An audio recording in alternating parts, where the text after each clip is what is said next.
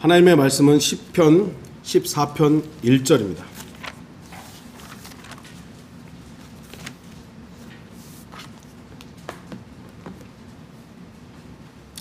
시편 14편 1절입니다. 말씀을 읽도록 하겠습니다. 어리석은 자는 자기 마음에 말하기를 하나님은 없다 하였도다. 그들은 부패하고 가증한 일들을 행하였으니 선을 행하는 자가 아무도 없도다. 오늘 말씀의 제목은 나도 무신론자인가? 무신론, 신은 없다, 하나님은 없다 라는 것이죠. 정확하게 말하면 무신론은 하나님은 없다고 믿는 겁니다. 그냥 하나님은 없어 이게 아니라 하나님은 없다고 믿는 거예요. 그래도 그것도 신앙이에요. 사실은 오늘날 많은 사람들이 하나님의 존재를 믿지 않습니다.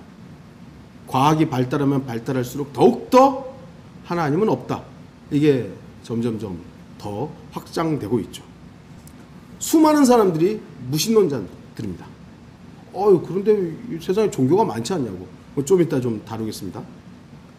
하나님이 없다고 믿는 것은 심지어는 지옥에서도 찾아볼 수 없는 가장 끔찍한 죄악입니다. 가장 낮은 지옥에서 비참한 고통을 당하는 죄인들, 그들이야말로 하나님의 존재를 가장 뼈저리게 믿는 사람들일 것입니다.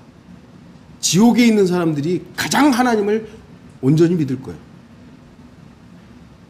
이 세상에서 무신론자였던 사람들은 지옥에서 모두 유신론자들이 될 것이 분명합니다. 무신론자들은 하나님은 없다고 믿습니다. 이 세상에는 하나님은 없다고 믿는 그런 무신론자들이 너무나도 많습니다. 그러나 무신론자라고 해서 다 같은 무신론자는 아닙니다. 다 좀 다른 부분들이 있어요.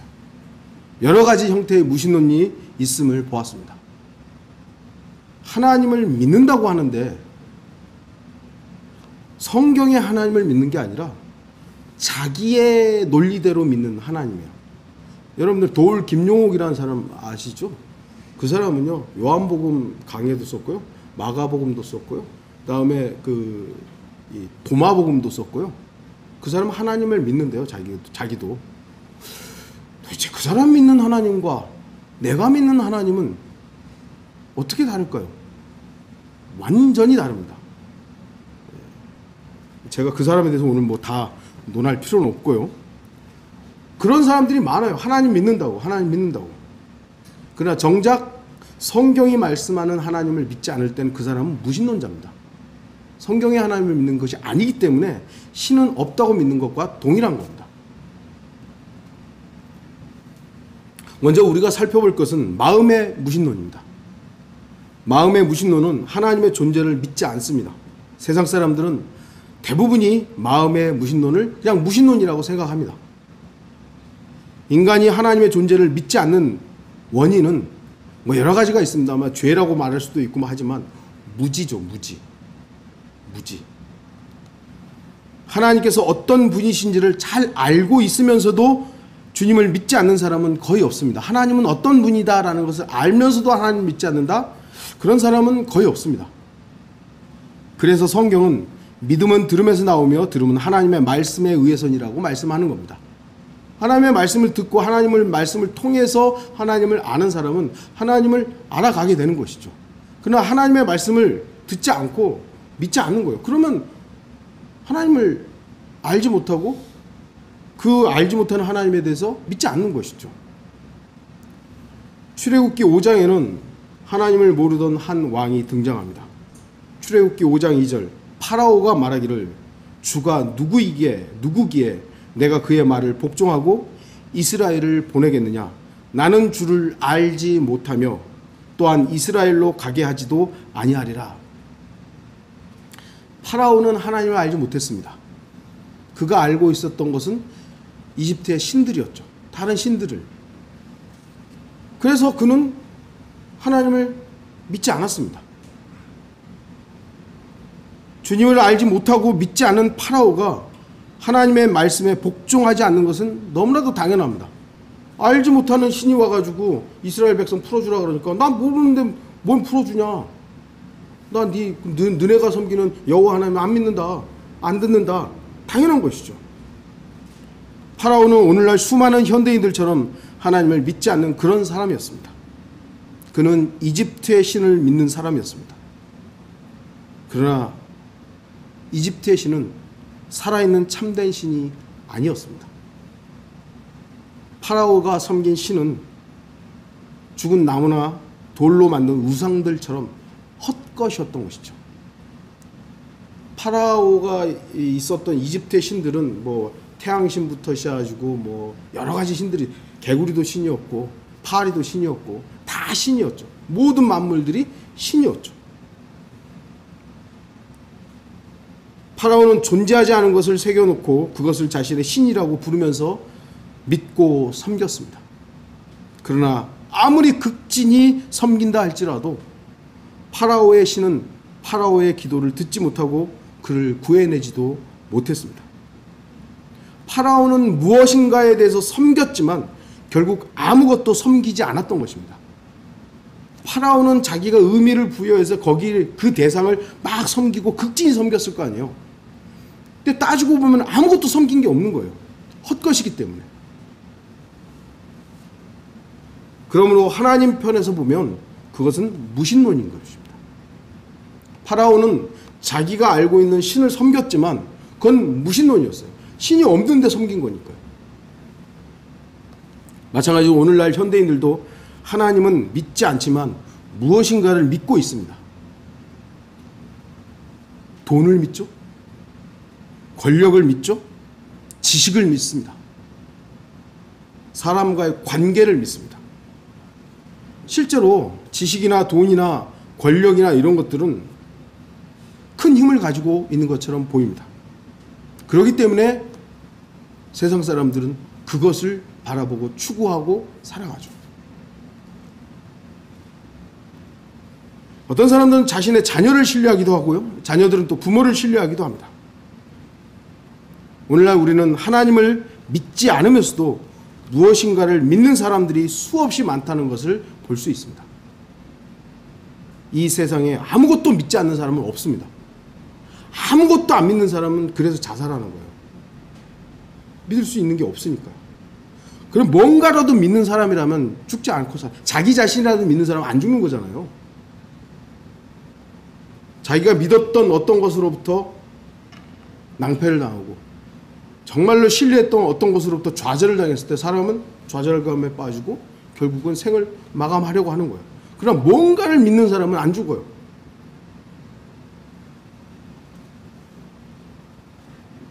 이 세상에 사는 거의 모든 사람들은 어떠한 형태로든지 나름대로의 믿음을 가지고 있습니다.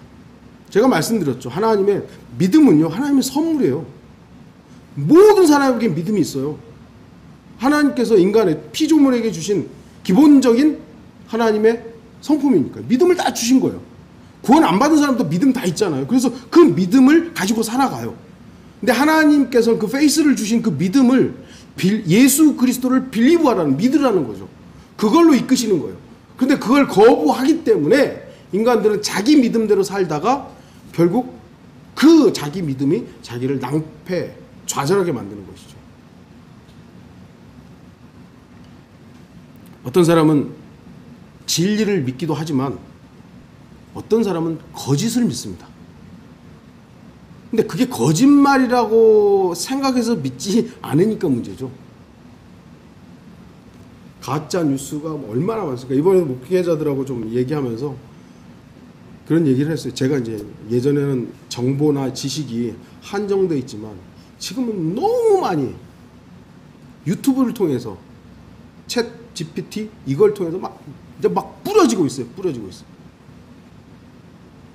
여기에서 구별해내는 것이 너무 어렵게 되어가요. 기준이 없으면 우리도 또 속아요. 그래서 하나님의 말씀이라는 기준이 절대적으로 필요한 거예요. 여러분들 유튜브나 이런 거 보면요, 동성애는요 이제는 죄가 아니에요. 누구나 다. 뭐 헐리우드 배우들도 동성애자라고 막 발표하고 감독들도 동성애. 우리나라도 아직은 좀 사회적 분위기가 그러니까 그렇지 이렇게 할 사람들 많아요.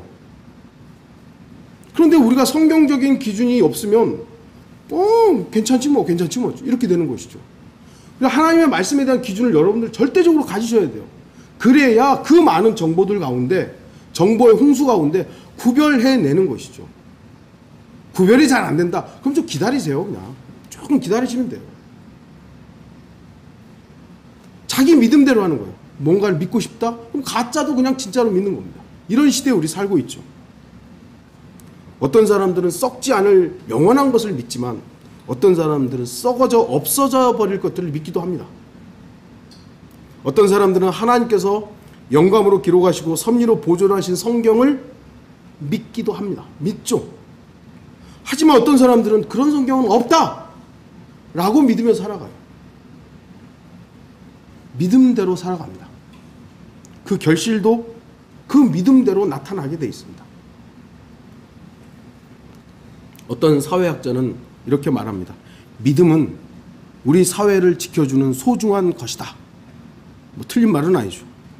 그러나 우리는 믿음이라고 해서 다 소중한 것은 아니라는 것을 알 필요가 있습니다. 믿음이라고 해서 다 소중한가? 중요한 것은 믿음 자체가 아니라 믿음의 대상입니다. 누구를 믿느냐? 어떤 것을 믿느냐? 파라오는 이집트의 신들을 믿었습니다. 그러나 파라오는 성경의 하나님, 참되신 하나님은 알지 못했고 믿지 않았습니다. 그래서 하나님께서 보시기에 그는 무신론자였습니다. 성경적 관점에서 보자면 살아계시고 영원하신 하나님을 믿지 않는 모든 사람은 그가 무엇을 믿든 어떤 삶을 살았던 그는 무신론자입니다. 하나님을 믿지 않는 사람입니다. 존경받는 간디 있죠. 정말 세상 사람들로부터 다 존경받죠. 그러나 그는 무신론자입니다. 그도 한때는 하나님을 믿었던 사람이라고 자기 종교, 그러나 그는 나중에는 종교가 뭐냐 했을 때 없는 거예요. 그냥 기독교인으로 알려져 있는 슈바이처 그 박사, 그 사람은요 성경의 하나님을 믿는 게 아니라 그냥 존재로서의 하나님을 신을 믿었던 사람이에요. 근데 그게 기독교인으로 포장이 돼가지고 이렇게 알려지고 있죠. 참 이게 기독교인들이 하나님의 말씀에 기준을 두지 않고 사회적인 현상이라든지 사회적인 어떤 인기, 이 사람의 어떤 위치 그런 것만 이용해가지고 하나님 믿는다 그러면 다 그 기독교인이에요. 테레사 수녀도 하나님 믿었잖아요. 그럼 그리스도인입니까? 교황도 하나님 믿잖아요. 그럼 그리스도인입니까? 왜 그 구분들을 안 하는지 모르겠어요. 성경에는 위대한 법칙이, 원칙이 하나 나옵니다. 오늘 본문인 시편 14편 1절도 하나님의 위대한 원칙이 나와 있습니다. 어리석은 자들은 하나님이 없다고 합니다. 그리고 하나님이 없다고 하는 자들은 어리석은 겁니다. 그러나 그것으로 끝나는 것이 아닙니다. 본문 하반절을 보십시오. 본문의 나머지 반절은 왜 이 세상에서 그렇게 많은 범죄가 일어나는지 설명해 주고 있습니다. 그들은 부패하고 가증한 일들을 행하였으니 선을 행하는 자가 아무도 없도다. 여기서 그들은 누구예요? 바로 앞에 있는 어리석은 자들이죠. 그 어리석은 자들은 어떤 사람입니까? 하나님은 없다고 하는 사람들이에요. 그들에게 하나님이 없기 때문에 부패하는 겁니다. 그들은 하나님이 없기 때문에 가증한 일을 하는 겁니다. 하나님이 없기 때문에 선을 행하지 않는 겁니다. 살아계신 하나님을 믿지 않는 사람들에게 있어서는 죄가 죄로 여겨지지 않는 것이죠. 여러분은 왜 어리석은 자들이 가증한 일들을 행하고 선을 행하는지 아십니까? 그들은 하나님이 없다고 생각하기 때문입니다. 그들은 살아계신 하나님의 손안에 떨어지는 것이 얼마나 두려운 일인지를 믿지 않는 것이에요. 살아계신 하나님의 손안에 떨어지는 것은 정말 무서운 일이죠. 그런데 하나님을 믿지 않기 때문에 죄를 죄로 여기지 않는 겁니다. 그들은 한 번 죽는 것은 사람들에게 정해진 것이고 그 뒤에는 심판이 있다는 사실을 믿지 않습니다. 그러니까 막 사는 거죠. 그들은 심판하시는 분이 문 앞에 서 계시다는 사실을 믿지 않습니다. 그래서 그들은 가증하고 부패한 일들을 행하는 것이고 선을 행하지 않는 것입니다. 우리 역시 범죄하려는 그 순간 하나님의 임재를 기억한다면 절대로 그 악한 일과 계획들을 곧바로 실행하지 않을 것입니다. 그 순간 안 믿기 때문이에요. 내가 죄를, 저도 그 순간은 내가 죄와 연루되는 그 순간을 보면 하나님을 딱 잊어버리는 거예요. 그 순간만큼은 하나님은 나에게 없는 거예요. 그러니까 내가 그 짓거리가 됐든 뭔가를 하는 거죠. 죄를 저지르는 거예요. 가만히 우리가 죄를 안 짓는 거 아니잖아요. 여전히 우리가 죄와 연루되는데 내가 어떤 일을 하려고 하는 그 순간 하나님을 떠올리고 하나님의 두려우심을 안다면 안 하죠. 그런데 그 순간만큼 잊어버리는 거예요. 나에게 하나님은 없는 거예요. 그러니까 그 일을, 그 짓거리가 됐든 뭐가 됐든 그 일에 손을 내미는 거예요. 그런 의미에서는 우리도 그 순간만큼은 무신론자가 되는 겁니다.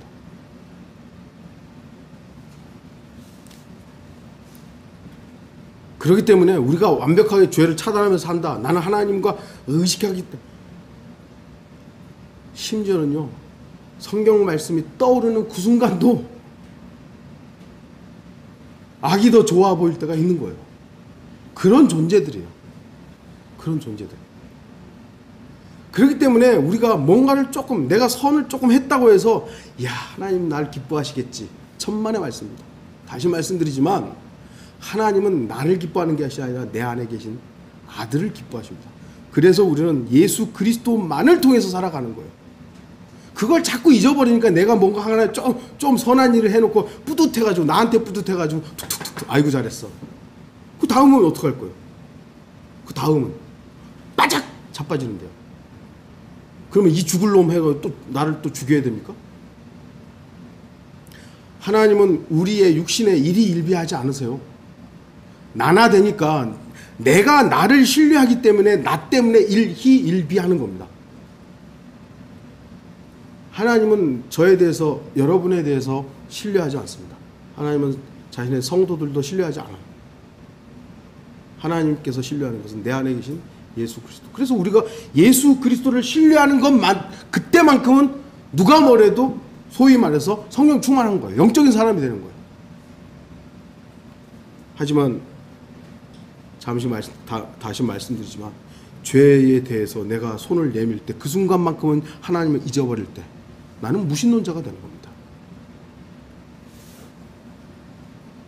우리 역시 범죄하려는 그 순간 하나님의 임재하심을 기억한다면 절대로 그 악한 일과 계획들을 곧바로 실행하지는 못할 것입니다. 우리가 살펴볼 두 번째 무신론은 행위의 무신론입니다. 오늘날 우리 주위에는 하나님을 믿지 않는 사람들이 많습니다. 반면 하나님을 믿는다고 고백하는 사람들도 많습니다. 여러분 중에 교회 다닌다고 하는 사람들 만나보셨잖아요. 예수님 믿는다고 하는 사람들도 있고. 그렇다면 하나님을 믿는다고 고백하는 사람들은 모두 신실하게 하나님을 믿고 섬기며 온전한 삶을 살고 있습니까? 1차적으로 나부터 그렇게 못 사는데요. 구약 성경에는 발람이라는 사람이 나옵니다. 선지자죠. 근데 그가 왜 거짓 선지자의 대표격이 된 겁니까? 그 사람은 하나님을 안 믿었습니까? 심지어는 하나님과 교제했던 사람이잖아요. 하나님 말씀이 그에게 임했던 사람이잖아요. 그런데 왜 우리는 발람을 거짓 선지자의 대표로 이렇게 말을 합니까? 민수기 22장부터 24장에는 발람의 이야기가 나옵니다. 당시 이스라엘 백성들이 이집트를 탈출해서 카나안으로 향하던 때입니다. 하나님께서 이스라엘 백성과 함께 하셨기 때문에 이스라엘 백성들은 많은 전쟁에서 승리를 거두었습니다. 그래서 카나안에 있는 많은 민족들이 이스라엘을 두려워합니다. 어떻게 하지? 그러다가 이스라엘 백성들이 모압 평지에 이르자 모압 왕 발락은 매우 당황한 거죠. 이야, 이거 어떻게 해야 되지? 그러다가 모압 왕은 발람에게 연락을 해서 내가 많은 재물을 줄 테니까 이스라엘을 저주해달라. 그가 하나님의 선지자인 걸 발락도 알았던 것이죠. 부탁을 하는 것이요. 너가 하나님의 선지자니까 하나님의 이름으로 저주하면 이스라엘도 저주받을 거다.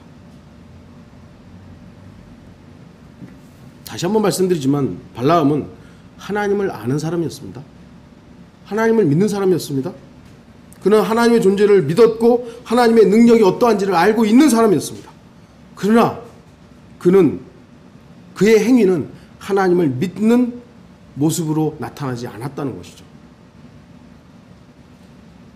모압 왕이 사람들을 보내서 발라함을 부르러 갔을 때 하나님께서는 직접적으로 발라함에게 가지 말아라, 가지 마, 이스라엘 백성 저주하지 마, 딱 말씀하셨거든요. 발라함은 알아들었어요. 아, 하나님께서 원치 않는구나. 그래서 처음에는 발라함도 하나님의 말씀에 순종하는 것처럼 보였습니다. 그러나 발라함은 결국 하나님의 말씀을 어기고 모압 왕에게 가고야 말았던 것이죠. 민수기 22장에서 24장 여러분들 이미 제가 설교도 했으니까 여러분들 알아들으실 것입니다. 발라함은 오늘날 교회 다니는 수많은 사람들의 모습과도 같습니다. 발라함은 입으로는 하나님을 믿는 사람이었지만 행위로는 그렇지 않은 사람이었습니다. 입으로는 하나님께서 금하신 일이니까 나 안 해 해놓고 먼저 막 나귀에다가 다 짐 싣고 출발하고 있는 것이죠. 몸으로는 그렇게 안 한 거예요. 그는 겉으로 보기에는 참되시고 유일하신 하나님을 믿는 사람이었습니다. 그는 겉으로는 다니엘과 나란히 설 수 있는 사람이었습니다만 행위로는 파라오와 함께 섰던 사람입니다. 그는 겉으로는 욥을 생각하면서도 몸으로는 아합과 함께한 사람이었습니다. 입술의 고백과 지식으로는 하나님 하는데 실제 삶은 다른 것이죠. 발라함은 전형적인 행위의 무신론자입니다. 여러분은 바알의 제단에서 주님께 희생제를 드리는 것이 합당하다고 생각하십니까? 바알의 제단에서 하나님께, 여호와 하나님께 제사를 드린다. 안 되죠? 안 됩니다. 말도 안 되는 일입니다. 그러나 발라함에게는 그것이 가능한 일이었습니다. 발라함은 바알의 제단에서 주님께 희생제를 드렸습니다. 발라함이 한 일은 행위의 무신론의 전형적인 예라 할 수 있습니다. 물론 오늘날 우리는 아무 곳에서나 예배 드릴 수 있죠. 그러나 디스코텍 가가지고 요즘에 뭐라 그러? 디스코텍 맞나요? 예, 죄송해요. 저 옛날 얘기를 해서 그런 어떤 클럽에 가가지고 요즘 클럽에 가가지고 나 예배 드린다고. 그건 그 사람의 생각일 뿐이에요. 그건 합당하지 않은 거예요. 물론 감옥에서도 예배 드릴 수 있고 어디에서도 예배 드릴 수 있지만 죄가 막 넘쳐나는 그곳에 나 혼자서 예배 드려요. 그건 자기 생각이에요. 그거는 자기 오름이에요. 발라함은 입술로는 하나님의 뜻에 순종했지만 몸은 그렇지 않았습니다. 입으로는 하나님을 부르면서 몸으로는 바알의 제단에서 경배했던 것입니다. 혹시 우리 가운데 발라함과 같은 사람은 없습니까? 입술로는 하나님을 찬양하고 사랑한다고 하면서 몸으로는 마귀의 일들에 동조하는 그런 사람 없습니까? 나 자신을 한번 살펴봐야 됩니다. 저는 기독교인들 중에서도 그러한 사람들이 많다고 생각합니다. 제가 경험했던 목사들 중에서도 그런 분들이 있어요. 설교로는 정말 와 하나님 너무 감사합니다. 나중에 알고 보니까 그의 삶이 말과 행동이 너무 다른 거예요. 이 나왔던 말들이 다 거짓말이었던 것이죠. 왜 저럴까? 결국 하나님을 그 순간 그 사람은 안 믿은 거예요. 하나님을 믿었다면 과연 그럴까? 뭐 이게 구원이 하나님의 손에 있는 것이지만 과연 저런 사람이 구원받았을까? 저렇게 하는 사람이 구원받았을까? 우리의 육신으로는 충분히 그런 말할 수 있는 거예요.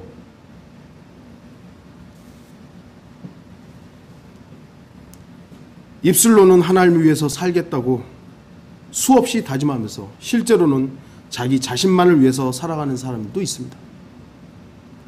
조금 은혜 받을 때는 주님만을 위해 살겠습니다. 근데 돌아서 집에 가면서 또 나만 보이는 것이죠. 말로는 주님의 일이 먼저라고 하면서도 실제로는 자신의 유익을 위해 살아가는 사람들이 너무나도 많습니다. 영국의 설교자 찰스 스펄전은 이렇게 말을 합니다. 우리는 그렇게 짧은 인생을 살면서도 우리 자신을 위해서는 얼마나 많은 일을 하였는가? 그리고 우리는 그렇게 긴 인생을 살면서도 주님을 위해서는 얼마나 적은 일을 하는가?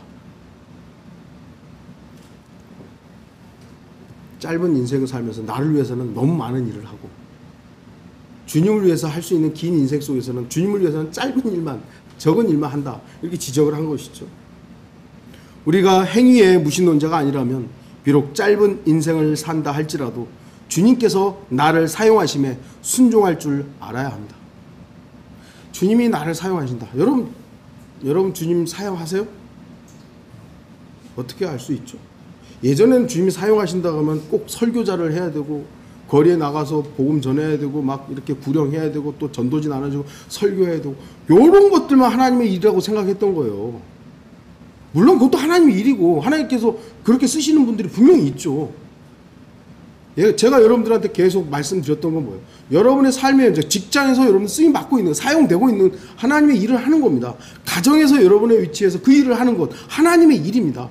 학생이 학교 가서 공부하는 거 하나님의 일인 거예요. 운동선수가 운동하는 거 하나님의 일이죠. 왜 이렇게 구분해놔가지고 마치 설교자만 하나님의 일을 하고 직장에서 일하는 사람은 왜 하나님의 일을 안 하냐고, 왜 복음 안 전하냐고 이렇게 구분해버리는 것. 하나님을 잊고 사는 것이 하나님의 일과 무관한 것이지, 내가 하나님을 기억하고 유신론자로서 하나님과 동행하면서 내가 있던 그 위치에서 살아가는 것, 일상인 그것, 그게 하나님의 일인 거예요. 조금 특별히 사용하시는 사람이 있을 수 있는 것이죠. 그럼 그 사람은 그것에 감사하고 그 쓰임에 맞게 살아가면 되는 거예요. 하나님이 나를 안 사용하는데 굳이 나 좀 사용해 주세요 할 필요도 없는 거고, 하나님께서 사용하시겠다 그러는데 난 됐어요, 나는 그릇이 안 돼요. 아니 주인이 쓰겠다는데. 제가 처음 펜사콜라 성경, 지금 뭐 킹제임스 성경 신학원이가 이름 바뀌었습니다. 펜사콜라 성경 신학원에 딱 입학을 하면서 김영균 목사님이 그런 말씀을 하셨어요. 목사를 하려고도 하지 말고 목사를 안 하겠다고 하지도 말라고. 저는 그게 되게 남았었어요. 깊이. 신학생들한테 이제 거기 온 사람들 다 하나님 사랑하고 말씀 공부하러 온 사람들이잖아요. 어떤 면은 또 쓰임 받기 위해서 온 사람들이죠. 그랬더니 그 목사님이 딱 그 얘기를 하시는 거예요. 목사를 하려고 여러분도 그렇게 하지 말라고. 목사를 안 하려고도 하지 말라고. 그게 딱 맞는 말이에요. 하나님께서 날 쓰신다면 쓰임 받는 거고, 하나님 안 쓰시면 안 쓰는 대로 하나님의 일을 하면 되는 거죠.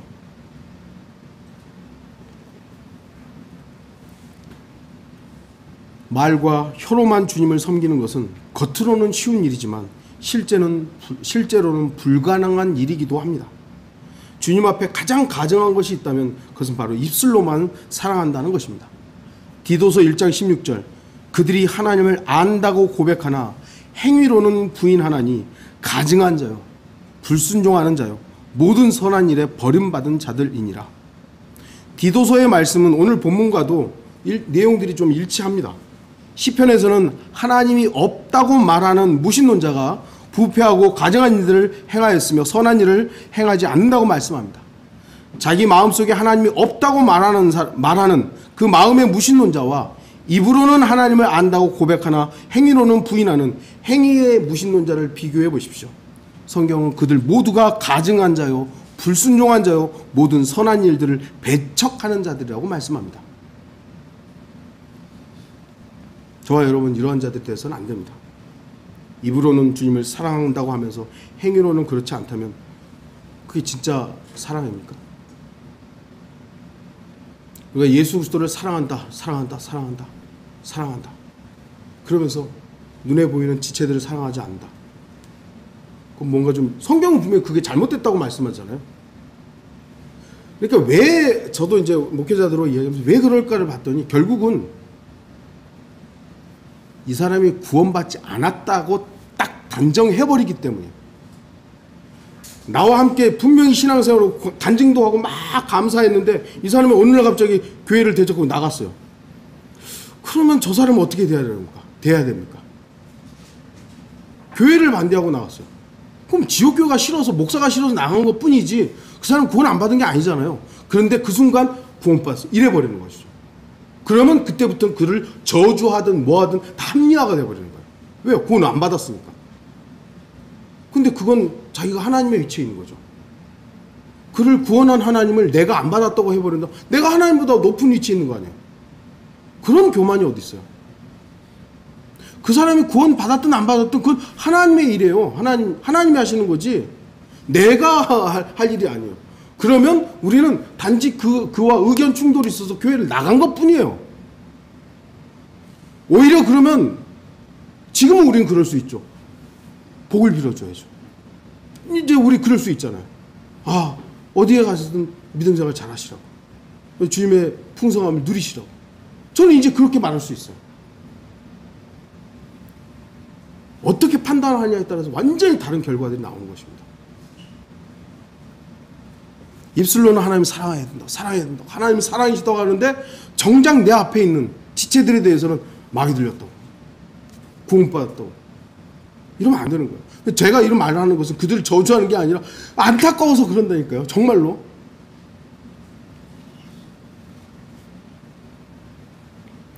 입술로는 자신이 예수 그리스도의 종이라고 하면서 이 땅에서 왕같이 살아간다면 그런 위선이 또 어디 있겠습니까? 입으로는 침례인 요한같이 말하면서 행동으로는 헤롯과 같이 살아가는 인생은 하나님께서 존중하시겠습니까? 어떤 이들은 기도할 때는 모든 만물을 창조하신 만왕의 왕의 아들처럼 기도하면서 기도가 끝난 후에는 고아처럼 살아가는 거예요. 이러한 사람들이야말로 입으로는 고백하나 행위로는 부인하는 행위의 무신론자가 아니겠습니까? 전능하신 창조주 하나님께 이거보다 더한 모독은 없을 것입니다. 자기 아들도 아끼지 않고 주신 분을 신뢰하지 않는 것만큼 주님을 모독하는 일은 없습니다. 하나님을 믿지 않는 게 죄잖아요. 우리는 하나님을 안다고 고백하면서 행위로는 부인하는 자들이 되어서는 안 됩니다. 우리가 성도라면 거룩한 삶을 살아야 하는 것. 우리가 거룩하게 되어서 뭐 어쩌고 이런 건 아니지만 적어도 죄에 대한 위험성, 죄에 대한 위급함들 이런 것은 알고 방탕한 삶을 살아서는 안 되는 겁니다. 우리는 입으로 고백하는 것을 행위로도 고백해야 마땅합니다.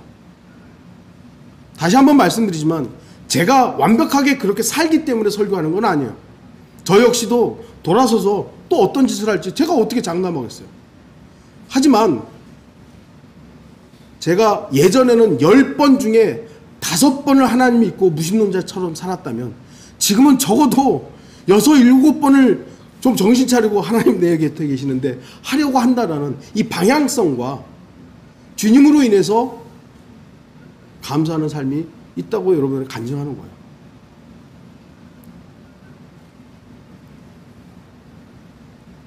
만약 구원받은 우리 중에 행위의 무신론자가 있다면 입으로는 하나님 찬양하고 하나님 모두 사랑하겠습니다 하는데 행위로는 무신론자처럼 살아간다면 그건 그리스도의 심판석에서 드러날 것입니다. 마지막으로 부분적 무신론이 있습니다. 시간적 무신론이라고 할 수도 있을 것입니다. 특정한 시간에만 하나님을 믿고 특정한 시간이 되면 무신론자가 되는 거예요. 이게 어떻게 가능하겠습니까? 근데 이것이 오늘날 보편적인 모습입니다. 다윗 기억하시죠? 다윗은 하나님에 맞는 사람이었고 마음에 맞는 사람이었고 정말 훌륭한 사람이고 우리가 요즘에 사무엘하 이렇게 쭉 공부하면서 다윗의 진짜 위대함들을 우리가 봅니다. 다윗은 많은 시편을 기록했고 하나님을 진심으로 사랑했던 사람입니다. 그런데 다윗도 한때는 무신론자가 되었습니다. 사무엘하 11장 1절에 그 해가 지난 후 왕들이 출전할 때가 되어 다윗이 요압과 그와 함께한 그의 신하들과 온 이스라엘을 보내니 그들이 암몬 자손을 멸하고 랍바를 포위하니라. 그러나 다윗은 그대로 예루살렘에 머물더라. 사무엘하 11장을 한번 여러분의 머릿속에 그려보십시오. 다윗은 전쟁에 앞서서 요압과 군대 대장들과 더불어서 암몬 자손을 멸하고 랍바를 포위하는 작전을 짰을 것입니다. 어떻게 할 것인가? 다윗은 암몬 자손을 공격한 것은 약속의 땅을 차지하려는 하나님을 향한 열성에서 비롯됐다는 것을 알고 다윗은 그렇게 주님의 이름을 높이고 주님의 백성을 위해 영토를 확장하고자 전쟁을 치렀던 것입니다. 여러분이 생각해보세요. 다윗이 그런 일을 하면서 하나님께 기도하지 않았겠습니까? 하나님께 의탁하지 않았겠습니까? 이제 주님, 전쟁을 합니다. 이 전쟁의 주관은 주님이십니다. 이 전쟁을 주님께 의탁합니다. 안 했겠습니까? 아마도 다윗은 진지하게 기도했을 것입니다. 그리고 하나님께서 이 전쟁에서 승리할 것을 확신했을 것입니다. 그러나 2절을 보시면 저녁 무렵에 다윗이 침상에서 일어나 왕궁 지붕 위를 거닐다가 한 여인이 목욕하고 있는 것을 지붕에서 본지라 그 여인이 보기에 심히 아름답더라. 4절 보시면 다윗이 사자들을 보내어 그 여인을 데려오게 하여 그녀가 다윗에게로 오니 다윗이 그녀와 동침하더라. 다윗 같은 사람이 어떻게 죄를 지을 수 있죠? 주는 나의 목자시니 내가 부족한 것이 없으리로다. 그렇게 고백한 사람이잖아요. 자신의 잔이 넘친다고 겸손하게 고백했던 사람입니다. 그런 다윗이 어떻게 이렇게 무서운 죄를 지을 수 있었겠습니까? 다윗이 지은 죄는 너무나도 어리석고 엄청난 죄였습니다. 여러분은 다윗이 왜 그런 무모한 죄를 저질렀는지 아십니까? 그것은 다윗이 아침에는 열렬한 유신론자였지만 저녁이 되었을 때는 무신론자로 돌변했기 때문입니다. 그 눈이 하나님을 바라봤지 않았기 때문이죠. 있어야 할 자리에, 전쟁의 자리에 있지 않고 그냥 편안하게 왕궁에 있다가 그 왕궁에서라도 주님을 바라봤어야 되는데 아름다운 여인을 바라본 거예요. 그 순간만큼 하나님은 없었던 것이죠. 우리가 죄를 저지를 때도 다 그렇잖아요. 사실은 다윗과 같은 사람이 했다면 우리는 더 우리 주변에는 이러한 부분적 무신론자들이 많이 있습니다. 어쩌면 저의 모습이기도 한 것이죠. 이러한 사람들은 낮에는 룻과 같이 순결하다가도 저녁에는 이세벨의 탈을 뒤집어 쓰고 나오는 자들입니다. 그들은 밤새 사도 바울과 교제를 나누고 나서 다음 날에는 빌라도처럼 진리가 무엇이냐? 라고 말하는 사람들일 것입니다. 하나님을 믿지 않는 것은 가장 흉악한 죄악입니다. 믿지 않은 그 죄가 결국은 지옥으로 떨어뜨리는 것이죠. 죄에 대하여라 함은 그들이 나를 믿지 않기 때문이요. 유일한 죄입니다. 다른 그 어떤 죄도 다 용서될 수 있고 모든 것이 사해졌지만 단 한 가지, 믿지 않으면 용서될 수 없습니다. 우리는 어떤 때는 예수님을 믿고 또 어떤 때는 예수님을 믿지 않아서는 안 됩니다. 교회 다니는 뭐 식당이나 이런 데 보면은 가끔 이런 예전에는 주일은 쉽니다 이렇게 했는데 종교적이라 그래가지고 또 말들을 조금씩 다르게 하더라고요. 어떤 거 보니까 주일은 주님과 함께. 그럼 다른 날은요? 다른 날은. 물론 그분은 좋은 의도로 이제 나는 기독교인입니다를 이렇게 이제 써서 보였겠지만, 이제 좀 딴지를 걸자면, 그럼 다른 날은요? 저와 여러분은 일주일 내내 주님과 함께 있어야 됩니다. 우리가 주일날 예배 딱 드리죠. 여러분들 이미 제가 항상 말씀드렸잖아요. 주일날 예배 딱 드리고 이제 나가면서 주님 빠이 하는 게 아니라 주님과 함께 가야죠. 여기에 어떻게 보면 여기에 이제 주님은 비워야 되는 겁니다. 여기에 주님이 없어야 되는 거죠. 근데 오늘날 교회들이 성전에는 주님이 계시잖아요. 다 가가지고 성전에서 예배 드리고 딱 할 때 주님 빠빠이 다음 주 그래서 맨날 가는 거군요. 그래서 새벽에도 가고 그분들은 새벽에도 가고 수요일 날도 가고 목요일 날도 가고 금요일 날도 가고 왜? 거기에 주님이 계시니까. 여러분이 있는 그곳에 주님이 계신다면 꼭 여기가 아니어도 되는 거죠. 그러니까 우리가 영성 예배를 드려도 전혀 우리가 마음 부담이 없는 거예요. 물론 제가 말씀드리지만 함께 모여서 예배 드리는 것을 여러분 등한시하는 것은 좀 아닙니다만, 그럼에도 내가 있는 그곳에 주님이 나와 함께 계시다면 그것이 예배의 자리잖아요. 그래서 우리는 영상이 되었든 뭐가 되었든 이거는 함께 예배 드리는 겁니다. 우리는 주일에 그리스도인인 것처럼 일주일 내내 그리스도인이어야 합니다. 동의하시죠? 교회에서 우리는 어떻게 보면 조금 약간의 위선의 모습을 보입니다. 저도 집에서는 막 이러고 있는데 여기 양복 딱 차있고 면도 딱 하고 조금 위선의 모습을 보여요. 그렇다고 뭐 여러분이 저보고 위선자라고는 하지 않잖아요. 예. 교회에서의 이런 모습인 것처럼 직장에서도 가정에서도 거룩해야 합니다. 우리는 하나님께서는 교회에서도 하나님이시고 직장에서도 집에서도 하나님이심을 잊지 말아야 됩니다. 하나님은 어디에서나 하나님이셔야 됩니다. 그러지 않으면 우리는 시간적 무신론자가 되는 거예요. 여기 왔을 때는 하나님, 근데 집에 가서는 내 마음대로, 직장에서는 내 마음대로. 그거는 거기서는 무신론자가 되는 것이죠. 결론을 맺겠습니다. 우리 주님께서는 우리의 입술의 주인이신 것처럼 우리의 몸의 주인이십니다. 우리의 주님께서는 우리의 마음의 주인이실 뿐만 아니라 우리의 팔과 다리 그리고 몸의 모든 지체의 주인이십니다. 그러므로 우리는 입술과 마음으로만 주님을 섬겨서는 안 됩니다. 우리는 마땅히 우리의 몸으로도 주님을 섬겨야 됩니다. 그래서 말씀드렸잖아요. 예배 처음 뭐라 그랬죠? 몸을 드리는 거예요. 그래서 이렇게 모이잖아요. 그러면은 의정부에 안 왔으니까 몸을 안, 아니죠. 제가 말씀드렸잖아요. 영상으로 예배 드리기 위해서 영상을 켜고 딱 앉았잖아요. 그게 몸을 드린 거예요.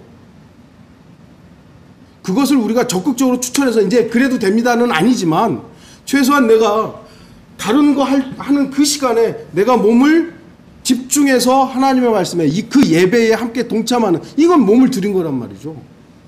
그게 가장 먼저라고 그랬죠. 가장 중요한 부분이라고 그랬잖아요. 몸으로 주님께 드려줘야죠. 우리가 어떤 특정 시간에만 신실하고 다른 시간에는 신실하지 않는다면 그것이 어제나 오늘이나 영원토록 동일하신 주님을 기쁘시게 해드리는 일이 아닌 것이죠. 우리가 어떤 일은 믿음으로 하고 다른 일에는 인간적인 방법을 사용한다면 그것이 바로 위선인 것입니다. 우리가 한쪽에서는 주님의 방법으로 문제를 해결하고 다른 쪽에서는 이 세상의 방법을 취한다면 우리가 바리새인과 뭐가 다르겠습니까? 우리는 진리를 믿는 사람들이기 때문에 신실해야 됩니다. 정직해야 됩니다. 다만 우리 가운데 조금이라도 위선이 있다면 주님께서는 우리의 가면을 벗기실 것입니다. 하나님께서 살아계시다는 것을 믿는 사람과 그렇지 않는 사람의 인생은 질적으로 다릅니다. 하나님께서 주일에만 하나님이 아니라 일주일 내내 하나님이 되신 사람의 삶과 그렇게 믿지 않는 사람의 삶은 같지 않습니다.